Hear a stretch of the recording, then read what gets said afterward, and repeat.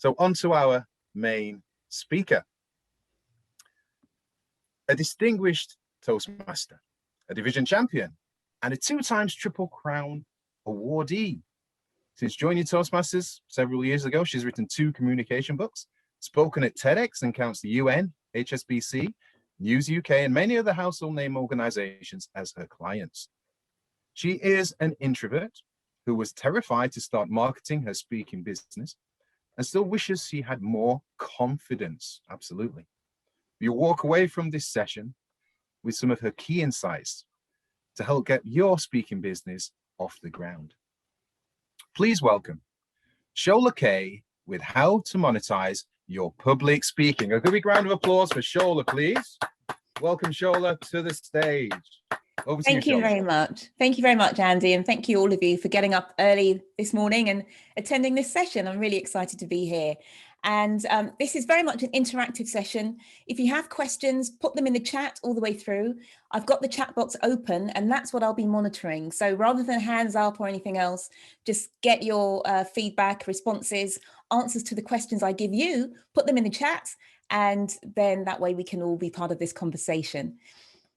So let's start with a quick poll, which is how would you like to make money from speaking? So Adrian, could you pop the poll up, please, on the screen? There are quite a few different ways to make money from speaking. Today, I'm going to focus mainly on getting paid by corporations, but there are other ways too. So let's have the poll up. And if I can't see it yet, so. Yeah, the poll's on the screen. People are voting. Great. Perfect. I've just got a very small screen window at the moment, so I can't see it, but that's fine. So pop your answers into the poll. And then Andy, perhaps what you can do is once the results are out, if you could just read the results, please, because I can't see the poll at the moment.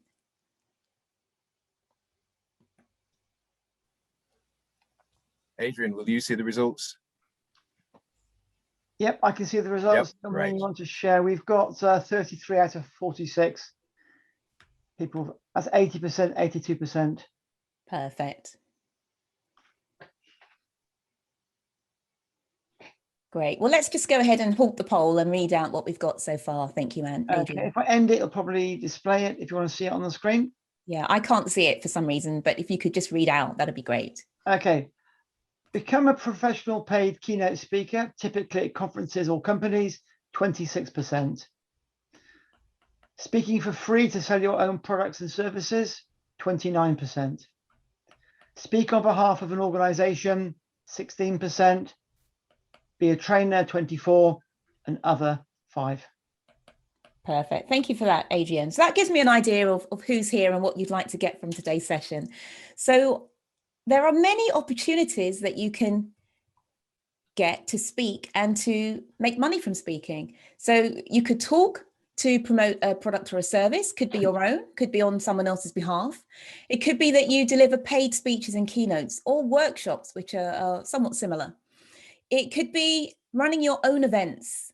It could be being a podcast guest to sell products and services. It could be running an online summit or being a summit guest. It could be running a webinar, again, to sell what you have or promote what you have. It could even be Facebook, YouTube, Instagram Lives. I mean, there are so many ways at the moment to get in front of people and then eventually to monetize what you have. So a quick roadmap for today's session. I wanted to talk about my journey, but as I go on and share my journey, I want you to think about your journey too. So I'm going to pause periodically and ask you questions, and you can put your responses in the chat or just write them down for yourselves. But I want you to be able to reflect and maybe think about how you could do things differently than what I did, or how you can learn from some of the things that I did wrong, as well as some of the things that worked. And then at the end, we'll have a Q&A. And then right at the very end of this session, I want to give you my sort of top tips really for what to get started on right now if you're sort of wondering what to do next. And then because we have so little time together, I do actually have a sort of summary of all of this. It's no cost, there's no promotion or anything. It's just literally a link that you can go to and download a PDF with some more information. So at the beginning of my Toastmasters journey, I'd been a Toastmaster for about 4, 5, 6 months. And I just knew that I wanted to make money from speaking. I wanted speaking to be my living. And I remember I had a life coach at the time, and I was sitting with my life coach and I was crying miserably, pitifully crying. And he said, well, why are you crying? And I said, well, I want to be a speaker. And he said, okay, well, who do you want to speak to? I said, I don't know. He said, okay, what do you want to speak about? I don't know. I just knew that I wanted to speak. So if there are any of you here today who are in the same position, you're not sure who your target audience is, you don't even know what your message would be, don't worry, just keep moving forward. Because for me, all those things kind of revealed themselves over the course of time. So I went from being this sort of crybaby at John Lewis, Oxford Street, in the cafe with my client, with my coach, to just a few years from then, I've managed to do a TEDx. I've had a mention in Forbes, article in Marie Claire, interviewed by the BBC, and quite a few different corporate clients as well. So all of this is very doable, because I don't think I've got any magic at my disposal. So what I want to do today is just talk about the journey. And I don't think there is a perfect journey. So some of you will think, well, just tell me that what's the line from A, where I am now, to B, the straight line to making money. And I think for a lot of us, we have to try different things. Some things work, some don't. Some, some are still working their way out now for me. So just get your foot on the road, keep walking forward, and then eventually you'll find your path. So for those of you who are interested in different ways of making money from speaking, initially I had no idea what would take off for me. So I started out wanting to do paid speaking, and I also did quite a bit of speaking for free. And I developed some online courses, coaching programs. I had a book initially that I put out there by myself. And I was just throwing everything that I could at the wall to see what would stick. At the same time, I was working on my website, trying to get more assets, video and so on, and trying to get opportunities to speak at corporates as well. So I was just sort of hustling, I had no idea what would work. So I started my Instagram page, and basically what I'm going to do is share with you some Instagram photos, just sort of showing you my journey and just giving you a few insights behind them, behind the photos. But initially my Instagram had, nothing there. So I just literally put a few inspirational quotes, had no photos, no nothing to put on there. But I just had this belief that, hey, if other people can do this, I can, and so can you. So totally just believe that you can make this happen. So a little bit about my background, not a lot of time for that, but I had a science and tech background. But like a lot of people that join Toastmasters, have this sort of patchy history with public speaking and communication.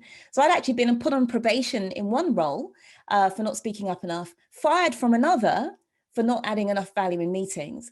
So then I completely left corporate altogether and I became a singer. Now, once I joined Toastmasters, I knew that I needed help. I knew that I wouldn't be able to do this on my own. So I very quickly enlisted just a business coach, a general life coach to help me. And one thing that's been a constant in my speaking journey is I've always had some sort of coaching or been on a program. You don't have to spend loads of money. There are lots of group coaching programs. There are books as well. So at the end of this, I'm going to share with you a few resources that I've found helpful. So what about your journey? Here's the first question for you, which is, and I know you've answered this in the poll to some extent, but would you rather get paid to speak, or would you rather speak to promote a product or service? So these are questions that you need to start asking yourself early on, because it's a very different journey depending on, how you want to make your money from speaking. And as I say, I started doing both, and then one took off more than the other. And so I decided I'd go more with that, which was corporate for me. So the very first thing that you need to start thinking about is, what assets do you have? Do you have video? Do you have a website? Do you have testimonials? Because it's very hard to get booked to speak, especially if it's a paid opportunity or a higher profile opportunity, if you have no evidence. So I remember a friend of mine, I persuaded him, he worked at a school, and I persuaded him that I could go and talk for the sixth formers. And literally, you'd have thought that Beyonce was about to perform, because I took my partner, he took a day off work so he could do video. I did a barter exchange thing with a photographer. So she came and took photos. I got testimonials from every 16-year-old that was in the room, but I needed those bits of collateral, if you like, to start to prove to the world that I was a speaker.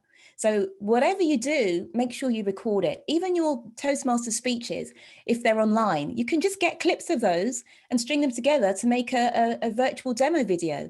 No one will be any the wiser because all speaking right now is virtual. So just have that mindset of, okay, what can I get together? What can I gather to share with people that I can do this, that I'm a speaker? Then early on, I also started running workshops. So I called it Speak Up Like a Diva. I ran a few of my own events. Some were well attended. By the end of, I think, 9 months of doing them, I think one session I had 2 people come. So then I stopped it. But again, you know, it gave me a little bit of profile. I was seen as somebody who was a leader, who was creating speaking opportunities for others, because at my events, I could have guest speakers. So this could be a way for you as well. And again, online, so easy, because you don't have to pay for a room, meeting room, or anything like that. It's the barrier to entry is quite low. Okay, build your network. I joined networking groups as well. So I joined, there's a few different women's networking groups. It doesn't have to be just for women only, but I joined networking. I got one of my early speaking gigs, a paid one, from somebody that I was doing business networking with. Now, as I say, early on, I was speaking to younger people, and I got an opportunity to do some paid speaking for the Mayor of London's office, speaking to primary school children.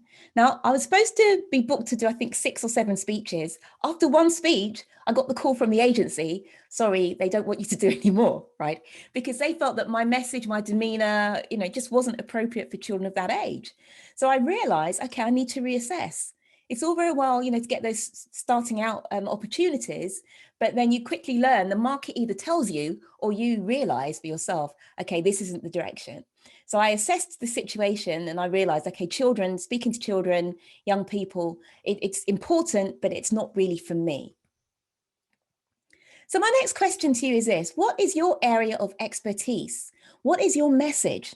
Because again, people will say to you, oh, great, you want to come and speak. What's the message that you deliver? Or they'll say, oh, you want to be a speaker, so who do you speak to? Right, so you've got to be able to answer these questions early on. And the quicker you can answer them and with more specificity, the easier it will be for you to do your marketing, because you'll know, oh, I speak to salespeople about how they can close better, how they can close deals. Or I speak to mothers who are returning to work about how they can dress for success, even if they feel a bit like, oh, you know, all I'm doing is living and breathing my baby, right? But the quicker you have these bits of information at your disposal, the faster you can go. And these are often the hardest bits, especially when you're just starting, like, oh, who can I speak? You just want to be a motivational speaker, but that's not good enough, especially after COVID, because people want concrete messages that are going to help them. They don't just want rah-rah motivation. So then I decided that I would write a book. And I must admit, people say, well, can a book help you? There are speakers who've done very well without a book. For me, a book was a bit of a door opener. I self-published, and it gave me a bit of credibility because now I can say, well, I'm the author of this book. And in addition to that, I was able to create some online courses and online materials based on the content in the book. So I started selling those on Udemy, which is the online course platform. I maybe made like $30, $40 a month. I'm still making that small amount. But again, you know, it was just evidence that people were buying these courses and that I was on the right track. Now, early on, another thing that I did is I got somebody to do a bit of PR for me. Now, she was incredibly affordable. I think I paid her £15 an hour and she did maybe 2 hours a week, right? But I knew early on, I'm an introvert. The idea of going to places and saying, oh, please, can I have a speaking gig? It just filled me with dread. So I knew I had to get help. So whatever you do really well, there'll be gaps probably in your skills, ability, knowledge. Don't be afraid to get people to help you. Even if you're doing a share, I told you about the photographer. She took photos of me. I gave her a bit of public speaking assistance. So if you don't have a lot of money, doesn't mean to say you can't get assistance. So anyway, this PR lady, she had the boldness to approach Marie Claire and say, well, Shola's just got this new book out.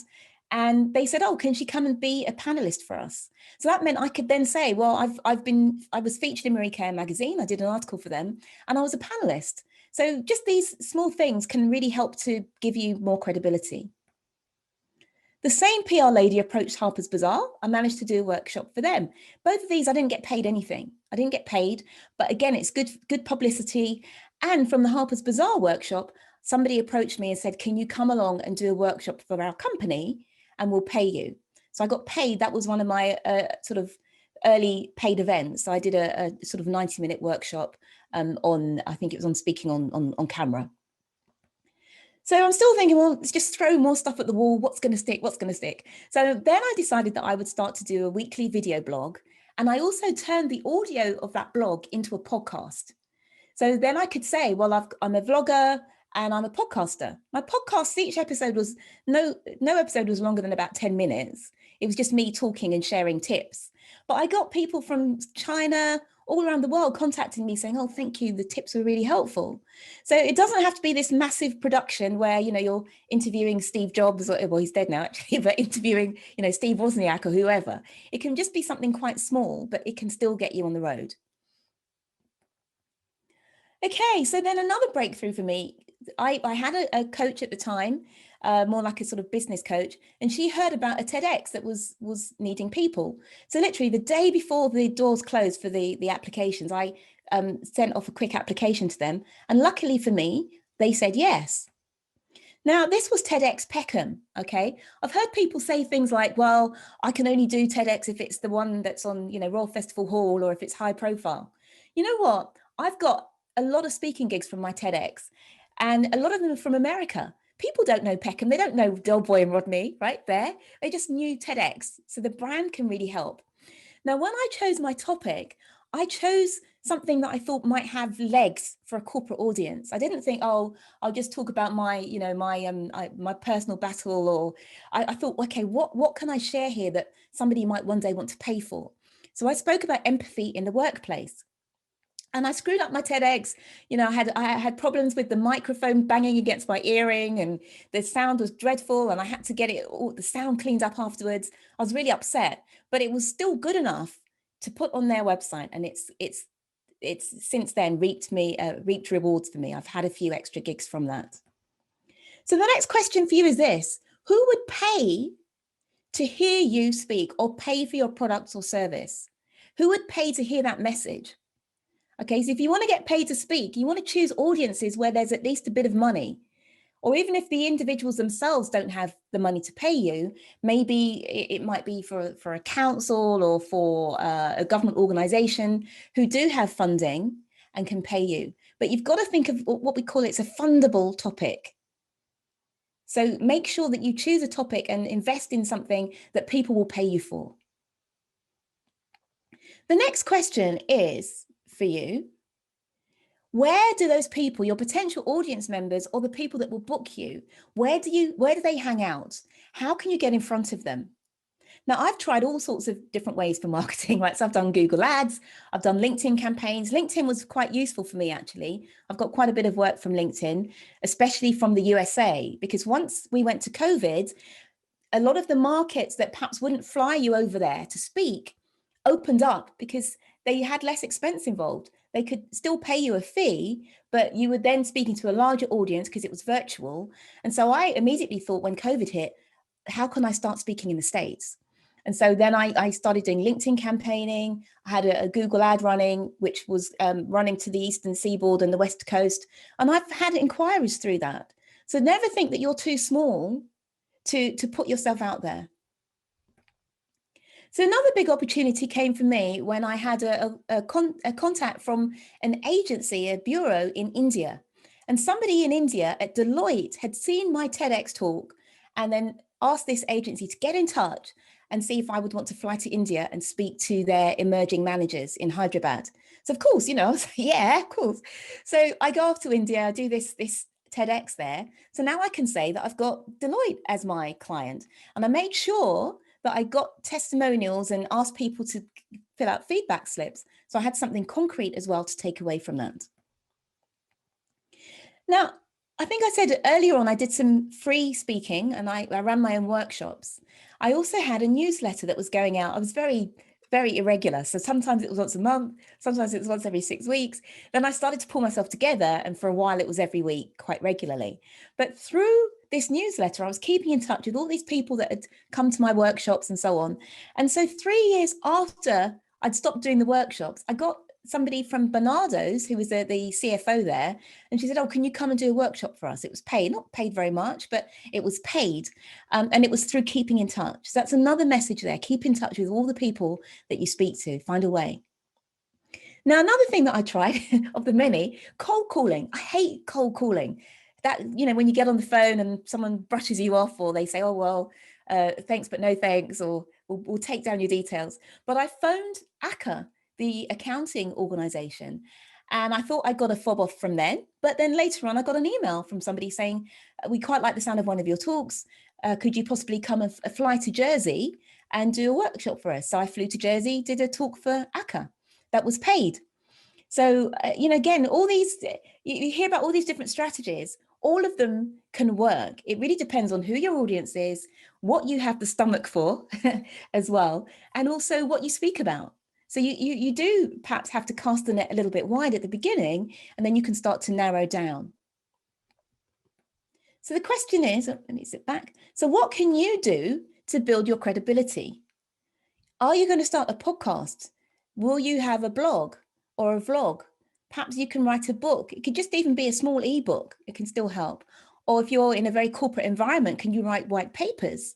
And then you can circulate those, and that's the way for people to find you. Now, back in the pre-COVID days, it did help if you wanted to get the bigger fees. It does help if you can show bookers evidence that you can speak on a big stage. So I was very lucky. I was offered an opportunity to speak at an event for women in data. There were 1,000 people, and I had a chance to speak on the main stage. Again, you know, I had to exploit that. I hired my own photographer.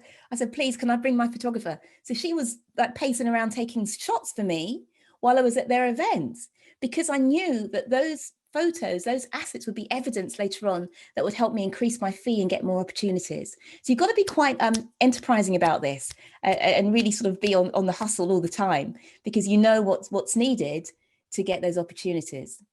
So as I said, my first book was self-published. Then about a year or two after that, I was approached by a publisher in California because they said, well, can you write a book for us? We will pay you about, I didn't get much, $5,000 for writing the book, but they did all the publicity and they found people to review the book. So that book has got, I think, 46 4.5-star ratings on Amazon. They did a lot of that work, but it was through doing the first self-published book that led me the opportunity to do the second one. Okay, then COVID hit and we all went virtual. And I, like most people, you know, had a few weeks on the sofa thinking, when's this going to end? And I realized it wasn't going to be anytime soon. So I pulled myself together, started contacting old leads, clients that I'd had, and said, well, is there something I can do for you now in this new environment? And got a few opportunities, some free, some paid. So I had an early virtual setup on my dining room table with my laptop. Since then, I've upgraded a little bit now. So I've got my ring, what do they call it? Beauty ring or whatever, and a bigger screen. But you just start where you are. Start where you are, do what you can. So since then, as I say, I've done a lot of marketing, particularly in LinkedIn. And through doing LinkedIn campaigns, you can target anywhere. You can target Dubai, you can target the USA. So I've probably got right now 50% of my clients are in the USA, 50% are here. And the reason I wanted to try for the USA, the fees are higher typically, and their speaker market is sort of more mature, I think, than here. And I just wanted to kind of be exposed to a wider range of clients. So don't be constrained by geography. You might have a topic that will go down really well in Asia. So think about how you can be exposed to groups in Asia, whether you email people, you do a little LinkedIn campaign, you find people through Google. There's lots of opportunities. So coming up to sort of quite recently now, we're talking about sort of going back to work. And I recently did a hybrid speaking gig at Imperial College for their MBA program. So there were some people, let's zoom in, some people, You can see we're on camera at home on Zoom. Some people were in the room and they were protected from me by a big screen, but you'll see more of this happening as well. So it's kind of an interesting time, but I really do feel that there's no time like the present. Don't wait until things go back to face before you start getting your assets together. Because if you can get a little demo reel of your speaking on video, no one's the wiser. We're all on video right now. So no one knows that you've never done big stages, or, you know, you haven't done a great deal of speaking face to face, apart from at Toastmasters. So the question Sorry to interrupt, Shola. 5 minutes. 5 minutes. Thank not you a problem. very much. I'm on it, not a problem. So the next question is, how confident are you? Do you need to find support? So like me, do you need somebody to help you in the early stages to get out and spread the word? Okay, or are you confident at that? But don't let that stop you. Don't let that lack of confidence or sort of feeling like you're not a marketer stop you from doing this, because you can still get your foot in the door, I promise you. Now, here's a list of some of the many ways that I have used to find speaking opportunities. So direct email outreach, you can find lists of not of opportunities, but events, associations. Contact them and say, oh, can I speak at your annual event? Okay. Thank you. I see that question. I'll come to that in just a second. Google advertising, LinkedIn. I've had inquiries from my website, networking events. You can buy lists of opportunities or join associations where they give you lists of people you can write to. Friends and family, colleagues. I've had opportunities from people at Toastmasters who've passed my details on. Social media, referrals, books, articles. There's so many ways. So you've got to find what works for you. So if there are questions, put them in the chat. I'm very open to questions, and I'll stay behind a bit longer as well if anyone wants to speak to me directly. We don't have to finish directly at 10:35. But Sebin says, question, what is your message? Should you have several to appeal to different markets? Yeah, so right now my message, I speak primarily on diversity and inclusion, and my message is about empathy in the workplace, which ties in with my TEDx talk that I did a long time ago. So I would say it's really about changing corporate culture so that people are better listeners, more empathetic and more inclusive. But you can tweak your message depending on the market. So don't feel you've got to have one size fits all. If you're applying to salespeople, have a message for them. If you're talking to, I don't know, customer service, have a message for them also. Okay, do you have a speaker one sheet? You know what? I have not got a one sheet. A lot of people do. I have never made a one sheet up. So I don't think it's 100% necessary, but I think they can be helpful. Keep the questions coming in. So the next thing is, if you do want, I've created a little guide which has got more information on this topic. So just go to sholakaye.com/pay-to-speak and you can get hold of that guide. The slides, I think this is being recorded, so that will be available to people.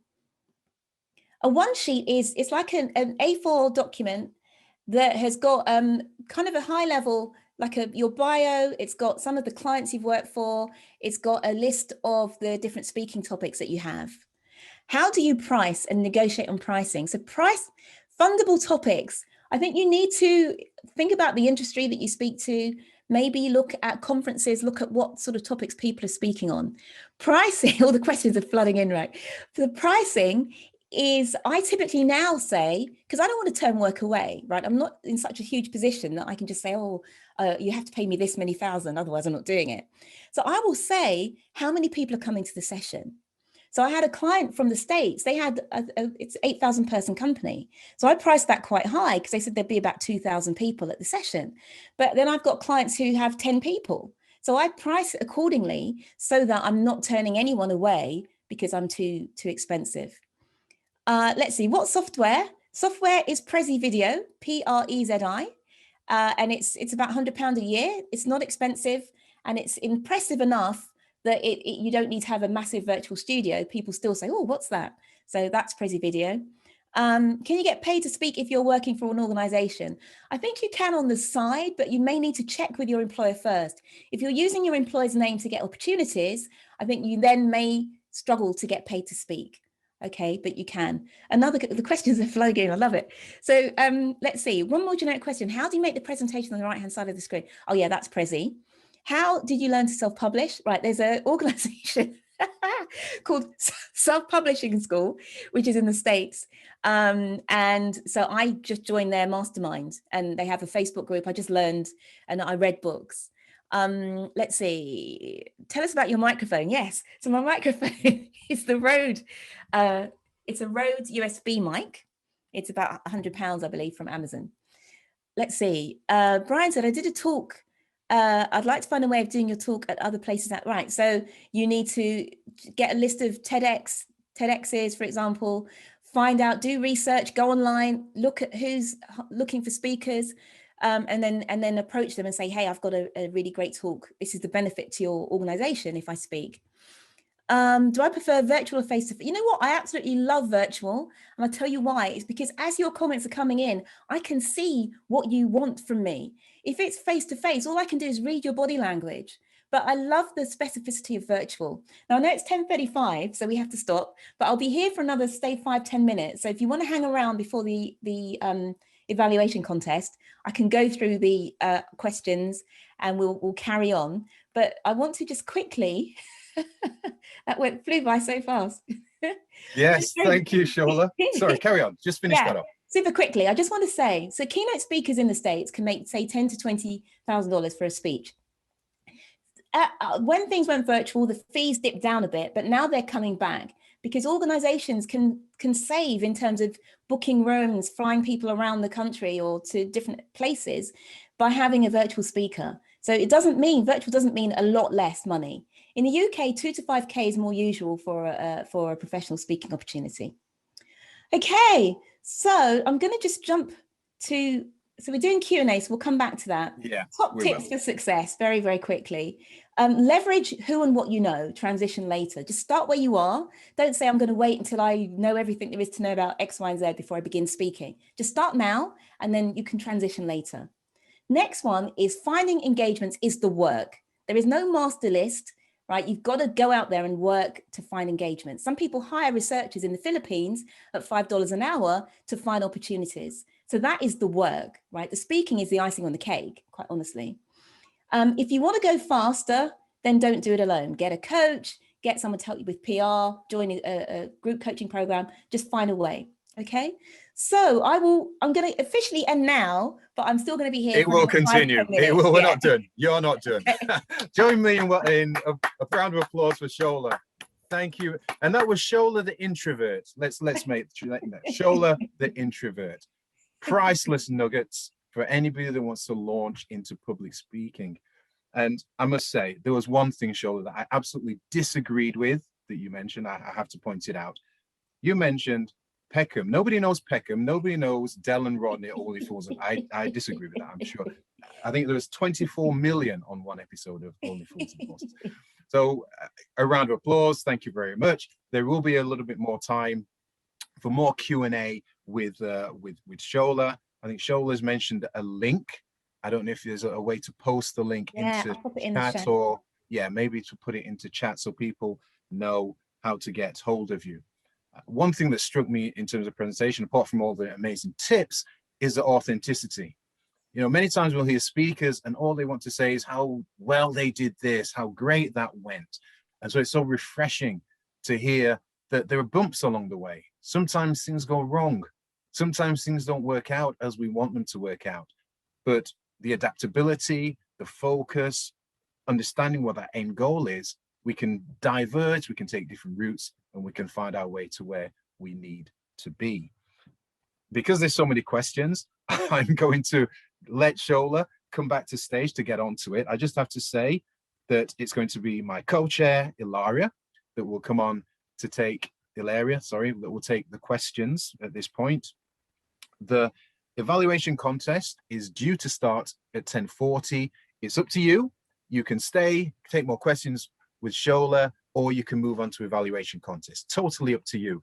But once again, let's have a round of applause for Shola. Thank you so much. We've learned so much from that talk. Great energy, great authenticity. Over to you, Ilaria. Thank you. Thank you very much, Andy. And thank you, Shola, for a very high energy presentation.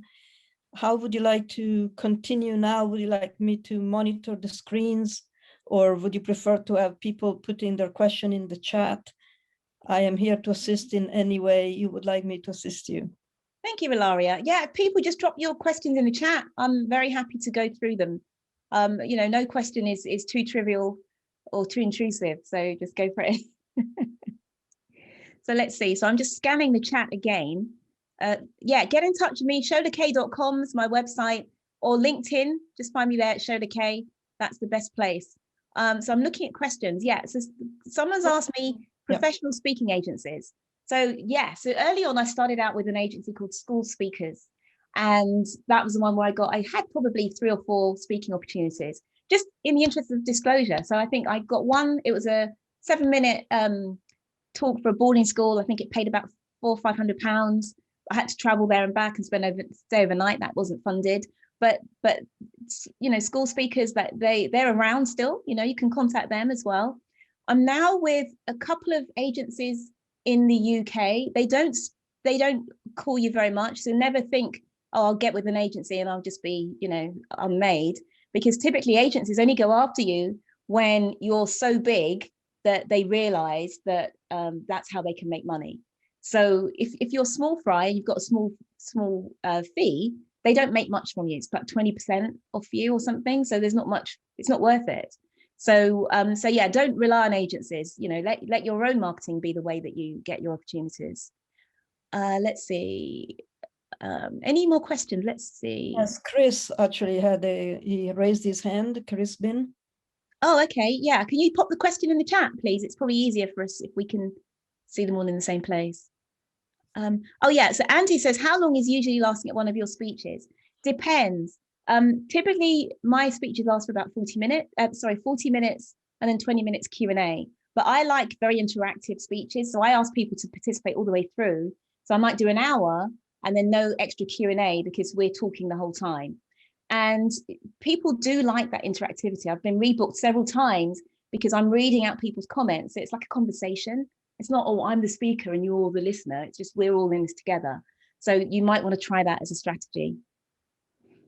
Okay, what promotional channel has been the most profitable? For me, it's been LinkedIn. So I use, and I'll just give you all this. So I used a company called £100 Social, and they do LinkedIn campaigns. They did a LinkedIn campaign. It was like £299 a month.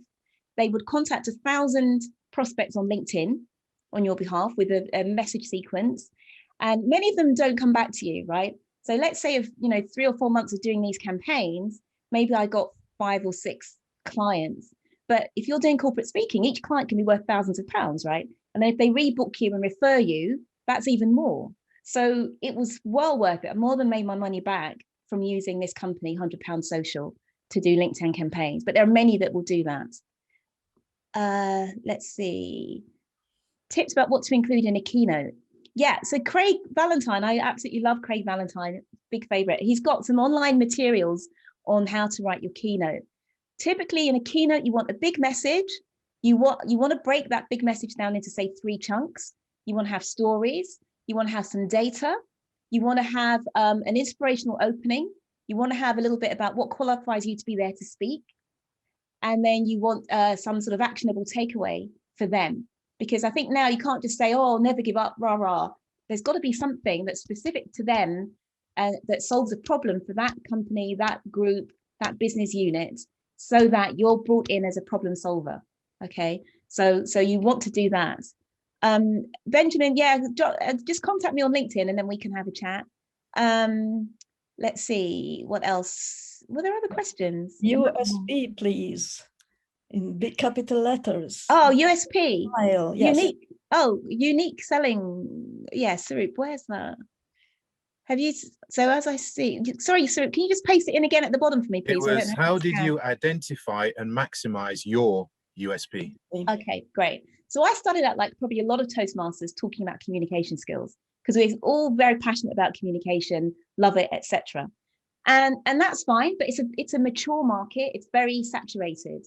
So I quickly started thinking, well, what can I move on to? I wasn't really sure what, but one of my clients then said, well, you did a great job for us on communication skills. Can you talk to someone we know in California about diversity and inclusion? Now, I even said to them, look, I don't do this topic. You know, it's too heavy for me. There's too much going on. I gave them the email of somebody else, right? And they said, no, we want you. So I took that as a sign that this was for me to pivot. And so I've since sort of pivoted. I do some communication, but I also do a lot of diversity and inclusion, inclusive collaboration, teamwork, feeding back, that sort of thing. And I've found that it's a hot topic right now, which has got me, sort of quite well booked. So I think you've got to start somewhere, but let the market also tell you where you should naturally be. Right, what else? Have I discounted my fees in the digital era? He had to slash his fees by a factor of 3. You know what, if I'm honest with you, so I had a corporate client right before COVID. They were going to book me, and I think I'd asked for £2,000 or something in person. And so then when COVID hit, I contacted them. I said, do you still want the talk? They said, yeah, but we've only got 500. So I still did that talk for 500. And I think early on, people were a bit shell-shocked, so the fees dropped dramatically.